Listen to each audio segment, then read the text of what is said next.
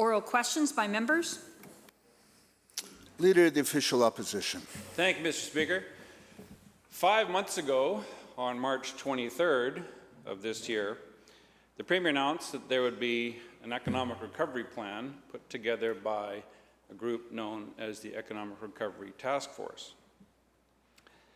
On July 29th, the most prominent member of that task force, the BC Business Council, released their own plan out of frustration that there has been no work product to see from the Premier's Economic Recovery Task Force.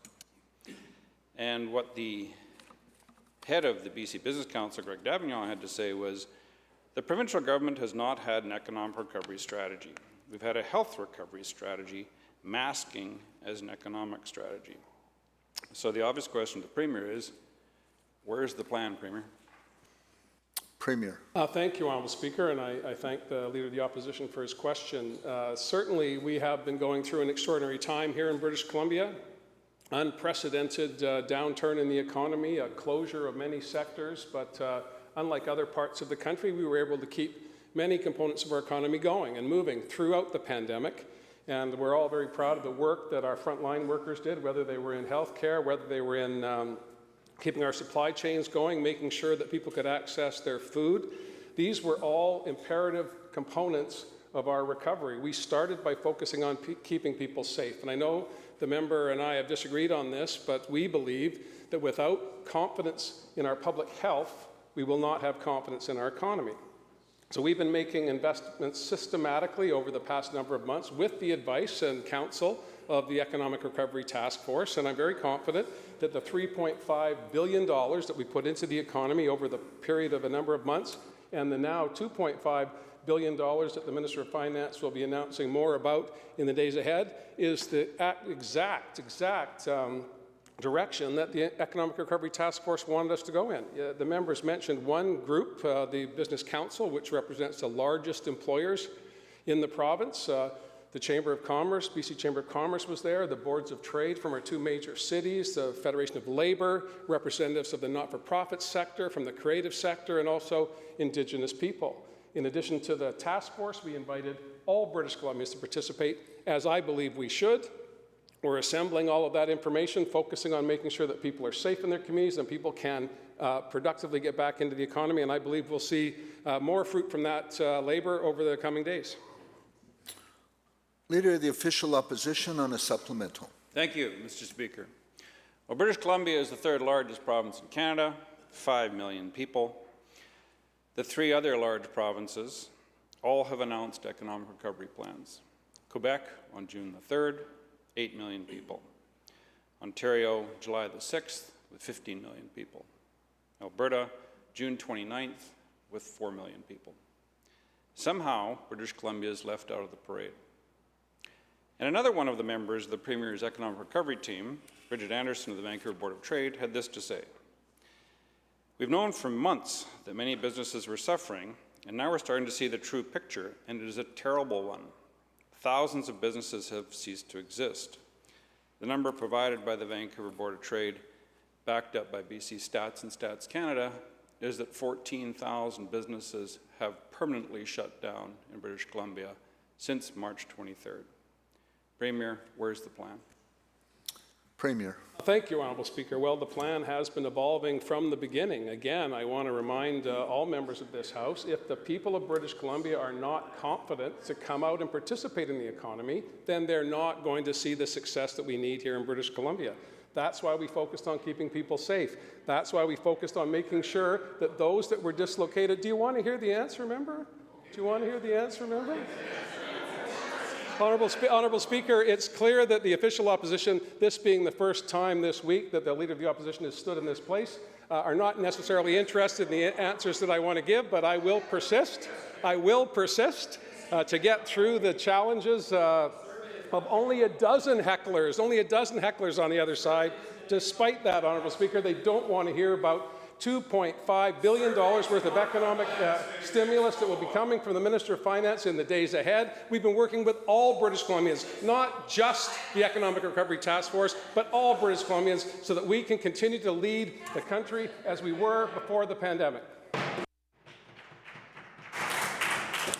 Leader of the Official Opposition on a second supplemental.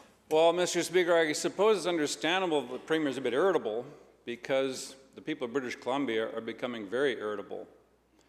With the lack of any kind of plan coming from the provincial government, their lack of confidence has a good basis in the inaction of this Premier. Hear, hear.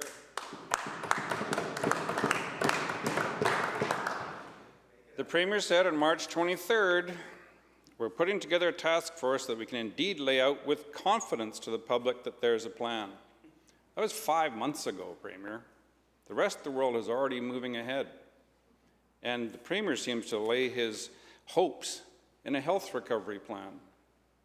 That's not going to do it, Premier. Health is one of 20 ministries in your government. The other 19 have roles to play. They've got to be out there, establishing consumer confidence, telling people that it's okay to participate in life again, saving thousands of more businesses from insolvency in the next 6 weeks. The obvious question, Premier, is there any plan at all, or have you been dithering for 5 months while other organizations release plans behind your back? Premier. Thank you, Honourable Speaker. And again, I thank the Leader of the Opposition for his participation this week in question period. We have been working diligently with every sector to ensure that we can have a secure restart of the economy, focusing on people, honourable members, focusing on making sure that people in every corner of the province have confidence so they can go back into the economy. I can say when members of the Economic Recovery Task Force and myself and the Minister of Finance, the Minister of Jobs and Economic Competitiveness were meeting weekly, we were talking about how we could kickstart the economy by providing confidence. And that confidence does not come from hectoring from the opposition. It comes from the cooperation that existed until just recently between all of us in this House with one common purpose, Honourable Speaker, one common purpose to lift all British Columbians up, focusing on people, making sure that every corner of the province, every element of the economy was firing on all cylinders. That's what we've been working on. That's what the Minister of Finance has been doing, and every other minister of this government with great success.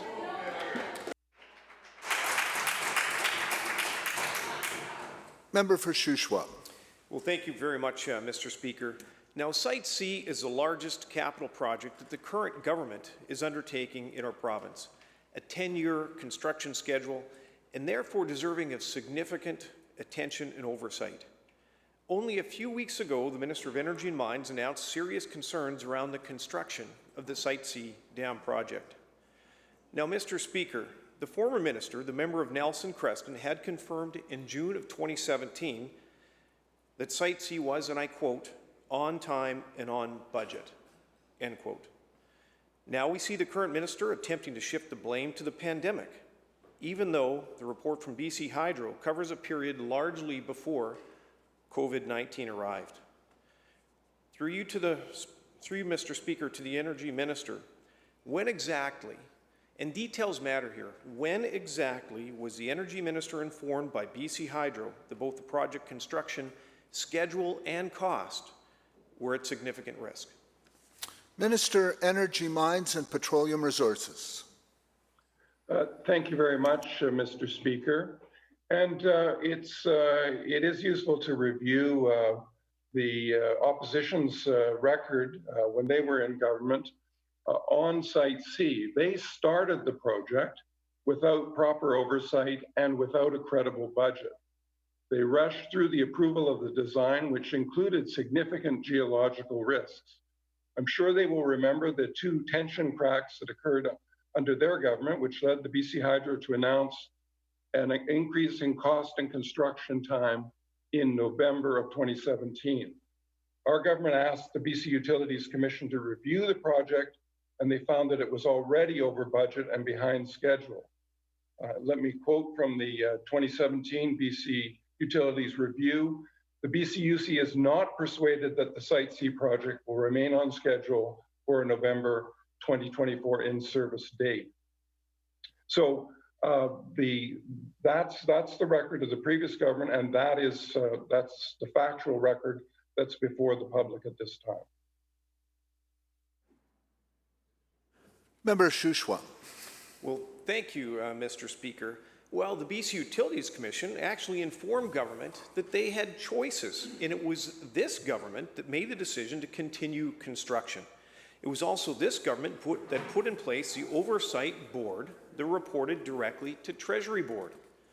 On May 9th of 2019, the member for Nelson Creston said, and I quote, "Site C reports are reviewed and approved by the Public Assurance Board, which is accountable to government and reports regularly to Treasury Board," end quote. So what is the minister saying now? That BC Hydro has been concealing information, has kept him in the dark, that he was not aware of the scheduling and construction cost risks at Site C until his presser just a few weeks ago? Or is the minister and his government saying that they have let the project run adrift and have not been asking appropriate questions? Question through you, Mr. Speaker, to the Minister of Energy. Why should British Columbians have any confidence in this government's ability to manage a project that was on time and on budget when they took over responsibility? Minister, Energy, Mines and Petroleum Resources. Thank you, Mr. Speaker. The previous government recklessly pushed Site C past the point of no return. Indeed, the then Premier said, "I will get it past the point of no return." They refused to let the independent energy watchdog, the BC Utilities Commission, review the project. They signed off on a design that included known geological risks, and they spent billions of dollars without proper oversight in their efforts to push this project past the point of no return. Our government has been clear, Site C is not a project we would have started, but we weren't willing to ask British Columbians to take on $4 million in debt with nothing in return. Because of the choices made by the old government, there were cost pressures on the project in summer 2017, but we had been managing them. We are now facing geological risks in the design that the old government approved. So it's important to remember that the project was on schedule prior to the COVID-19 pandemic. In March, BC Hydro significantly scaled down the project and focused only on essential work and meeting critical milestones. This was done in line with advice from the provincial health officer to ensure the safety of workers and local communities. Thanks to this approach, we are on track to achieve river diversion, a key step in constructing the project this fall. BC Hydro is in the process of safely scaling back construction activities back up in line with advice from public officials. I've been clear, I'm concerned with the reports that the member mentions that BC Hydro recently filed with the Utilities Commission. And BC Hydro has initiated a rebaselining process of the Site C project to review the cost and time required to complete the project. I've also brought on Mr. Peter Milburn, a former deputy minister, as a special advisor. Mr. Milburn will play an important role in examining the project. He will provide me and our government with independent advice and a fresh perspective. Leader, third party. Thank you, Mr. Speaker. We hope that the fall would mark the beginning of the end of the COVID-19 pandemic. Public health officials and British Columbians, though, are wary of the possibility of a second wave. Just yesterday, we had an announcement of 85 new cases. That's the third highest single-day jump since the beginning of the pandemic. There's growing tension in our province around kids going back to school, our loved ones in care homes, the fall flu season, individuals' financial security, and as well stalled sectors of our economy. There are fears that we might be facing a second lockdown and another round of social distancing measures. In March, all parties in this House got together to unanimously approve a $5 billion fiscal package to address the immediate health challenges as well as to seed an economic recovery. However, we're seeing the impact of the lockdown, particularly on the mental health and well-being of British Columbians. My question is for the Premier. Few people could have predicted this pandemic and the impacts we've experienced. As we go into the fall with the uncertainty and the real possibility of a second wave, what will his government do differently if we're forced to bring back more severe social distancing protocols? Premier. Thank you, Honourable Speaker, and I thank the acting leader of the Green Party, interim leader of the Green Party for the question. We have learned a great deal as British Columbians, as legislators, and as individuals about the consequences of COVID-19 and a global pandemic. We are a small, open economy. We depend on trade. We depend on other jurisdictions being as robust as ourselves. And of course, in a global pandemic, that is absolutely not the case. But we've learned a great deal, and we've taken several steps that I believe will put us in good stead going into the fall. Firstly, we've worked with the federal government to ensure that our borders can be closed until such time as our neighbors and those who want to come to British Columbia have a similar positive outcome with respect to cases, with respect to hospitalizations, and so on. We worked with the federal government to establish a national sick leave program, which will, as we go into the fall and into the traditional flu season, be in a position to ensure that workers will not put their colleagues and their customers at risk going to work when they're sick. They'll be able to stay at home with some economic certainty that they won't be penalized for that. We've worked on ensuring that PPE is in place, significant amounts, not just for those in the healthcare sector, but in every sector, including education. And although there's been a lot of discussion this week about the education restart that will be beginning in September, in my conversations with regular families, they understand the challenges we're facing, and you articulated them very well in your question, and I think all of us at the end of the day understand that these are extraordinary times. And that requires flexibility, it requires cooperation, and by and large, for the most part, all of us in this place have been cooperating with a common purpose in mind, and that is to support our neighbors, to support our constituents, to lift ourselves up so that we can come out of this stronger than we went in. What does the fall hold, Honourable Member? If you had an answer to that, we would probably be moving a lot faster than we are right now. Leader, third party on a supplemental. Thank you to the Premier for his response. Throughout this session, the BC Green Caucus has used question period as an avenue to propose and bring into the public discourse various ideas, programs, and projects that could benefit British Columbians. We've asked for greater transparency and accountability in our senior care homes to protect some of our most vulnerable citizens. We've advocated for a 12-month project to offer mental health support under MSP to help British Columbians with this overwhelming health crisis. We've pushed for additional support for childcare centres and before and after school care programs so parents can go back to work without worrying about the safety of their children. In the passing weeks, we've seen some of the challenges of partisan politics. The Premier referred to it earlier in his responses, but we've also seen the power of working together, and we remain committed to collaborative, evidence-based governance. My question is again to the Premier. If a second lockdown occurs, what specific changes has his government made to ensure our systems and structures are better able to protect the mental health and well-being of British Columbians? Premier. Thank you, Honourable Speaker. Well, I can say that the Minister of Mental Health and Addictions has opened 143 treatment beds since the beginning of the pandemic. We put in place more counselling services for British Columbians, and we're working diligently to make sure that the well-being of British Columbians, whether it be their physical health, their mental health, or their economic health, are high priorities for us because people are the economy, and without all people working in tandem to lift us all up, we're going to be falling behind. I do know that as we go to the fall, the Minister of Health, the public health officials led by Dr. Bonnie Henry, we meet regularly, we discuss trends, we look at other jurisdictions, we look at other approaches from people in other parts of the world. How are they addressing these issues? We take advice from the Green Party, we take advice in some cases from the official opposition, and we most assuredly listen to people. And that brings us back to the K-12 restart. We know that school is fundamentally important to our young ones. It's absolutely critical. And now we have to find a way to continue to provide that service for children and for families in a way that is safe. That requires cooperation. That requires listening to everybody, school districts, teachers, parents, and kids. And that's what we've been doing, and I think that's the best way forward, Honourable Member. Continued cooperation and collaboration is what British Columbians want, and that's what we intend to do.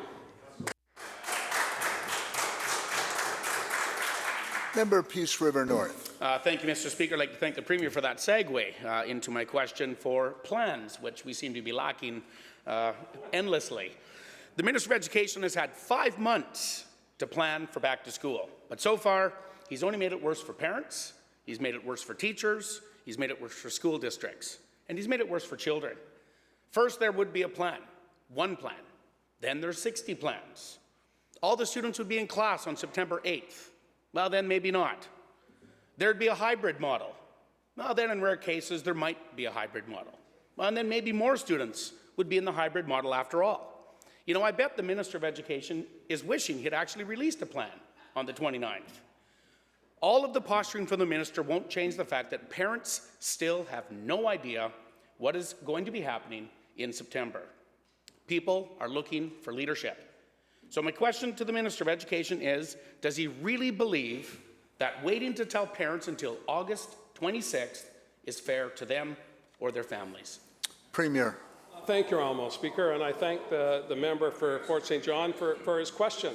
And again, I want to unpack the question and the accusations and the vitriol and come back to the key question, the key issue, Members. the key issue for parents, the key issue for teachers, the key issue for people in the K-12 system is making sure that it will work. There are as many ideas for what will work as there are people, Honourable Member, and the best way to come to consensus is to listen, to be flexible, and that's what the Minister of Education has been doing.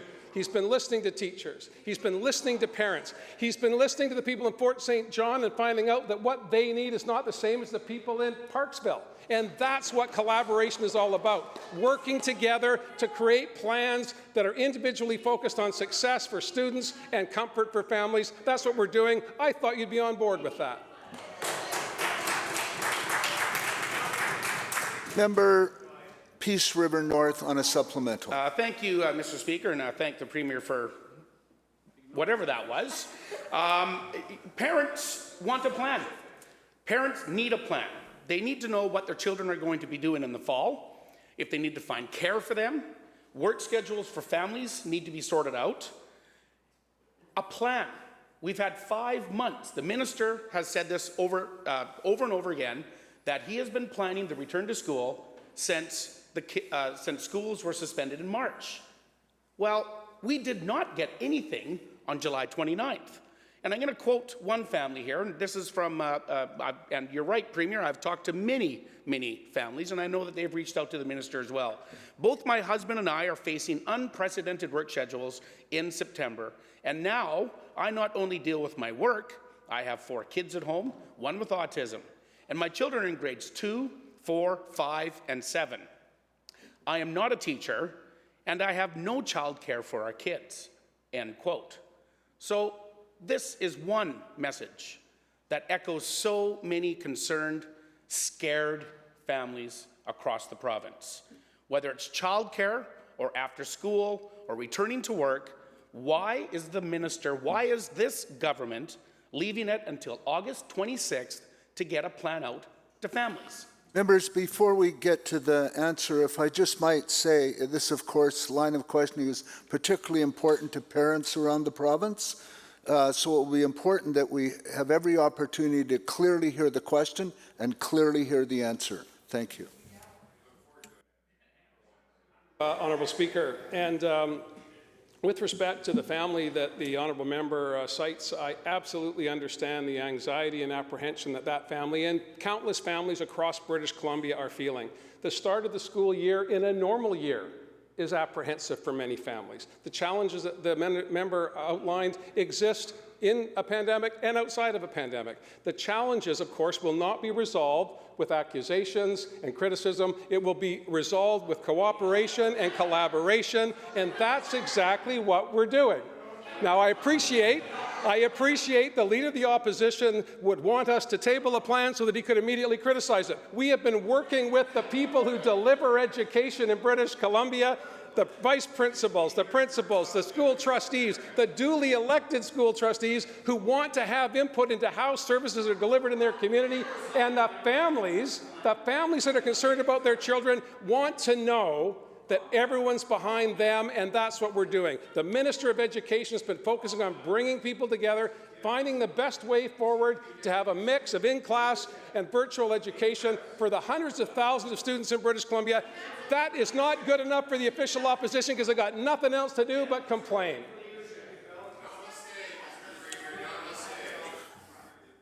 Member Prince George Valemont.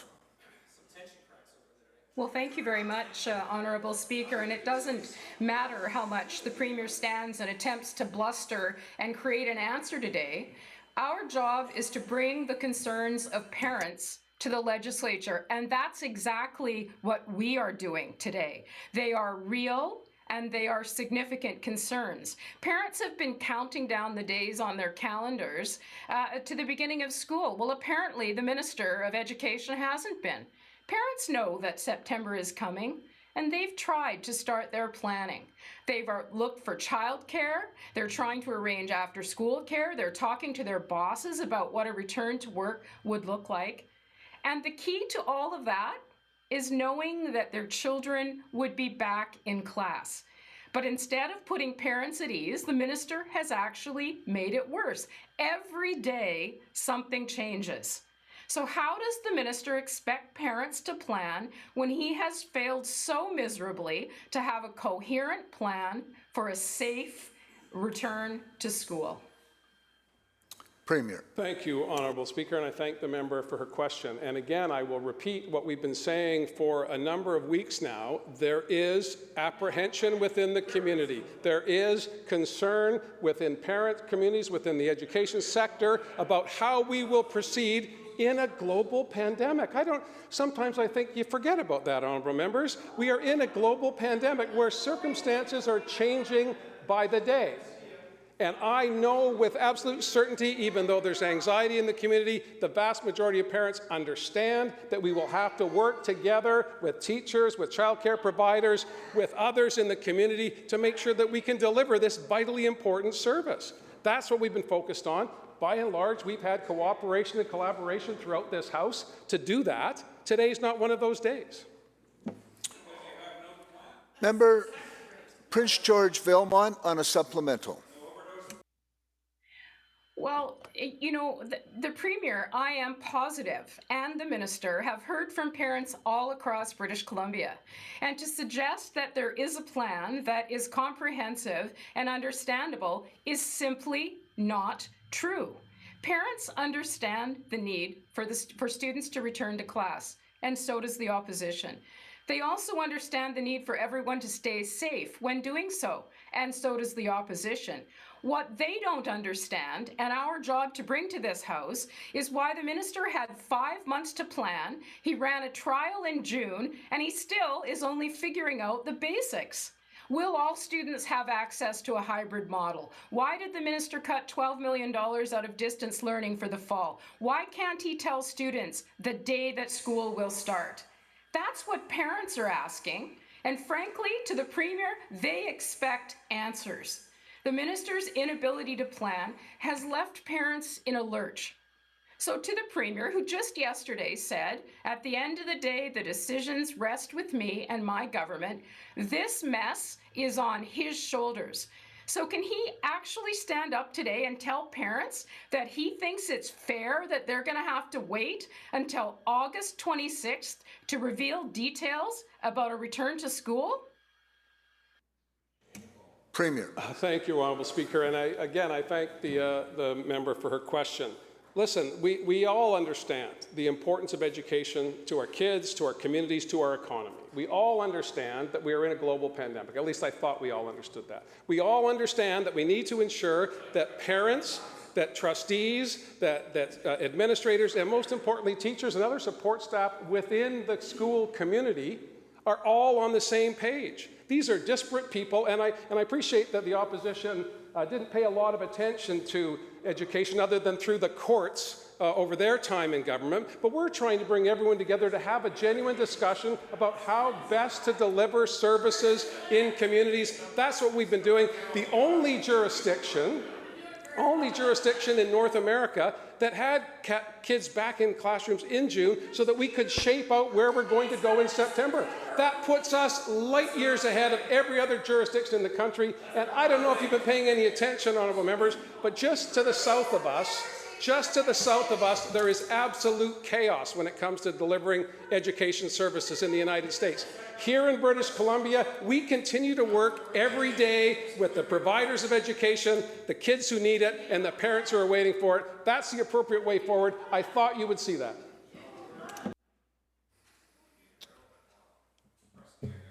Member Kamloops South Thompson. Thank you, Mr. Speaker. For months now, we've been highlighting in this House and outside this House how much worse homelessness has been getting in communities right across British Columbia. Small businesses being broken into daily, small businesses worrying about the safety of their employees and their customers, people having to step over other people on sidewalks, parents worrying about finding needles in playgrounds, property damage and crime is getting worse and worse under this government's watch. Now, Mr. Speaker, this is happening right here in Victoria. Just steps from this legislature in Beacon Hill Park is an encampment which is getting worse and worse by the day. It is in the heart of the Minister of Finance's riding. She has the ability to do something about it, and she's choosing not to do anything about it, Mr. Speaker. Just further a few blocks away in downtown Victoria, there is a rapidly deteriorating situation because of the government's disaster, which they call the hotel acquisition program. It's been a disaster. People are running around with machetes, businesses being broken into, personal safety being threatened. Presumably the Premier and a whole truckload of cabinet ministers and NDP MLAs drive right through this area every single day, and they choose not to do anything about it, Mr. Speaker. And of course, this is happening, we know as well, in the Minister of Housing's own riding in Coquitlam. The problem there is getting worse and worse by the day. Now, quote, "We are tax-paying citizens trying to raise a family and being held hostage in our own community. This is not what a young child needs to be experiencing. Something needs to be done to protect the community," end quote. Mr. Speaker, those are the words of Rob Lewis, who lives just down the street from an NDP hotel that's warehousing homeless people in Coquitlam. For Rob and his neighbours, the situation in Coquitlam is getting worse and worse by the day. So to the Minister of Housing, it's time to stop blaming others. It's time to step down from the high horse and actually be accountable for the decisions and the actions that she is making and that the government's making on this file. When will the minister provide the 24/7 on-site support so desperately needed to help our vulnerable and at-risk citizens get better? And when will the Premier, when will this government start listening to small businesses and communities who are being negatively affected by this government's actions on this file?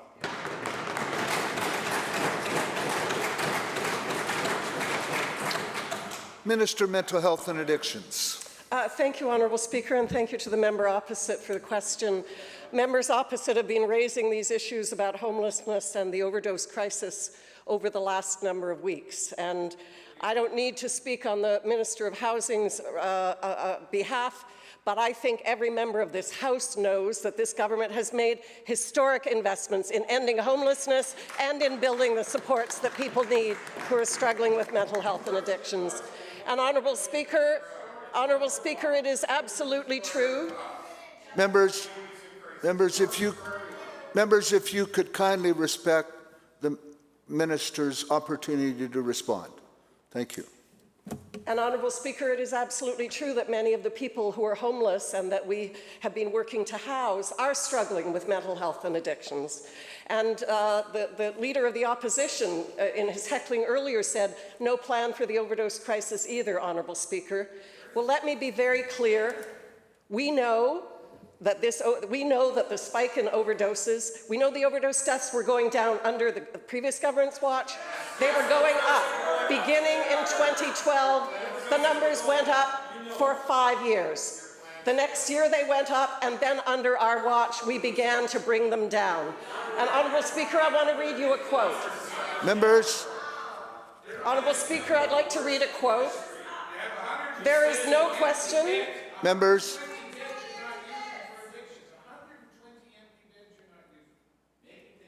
Members.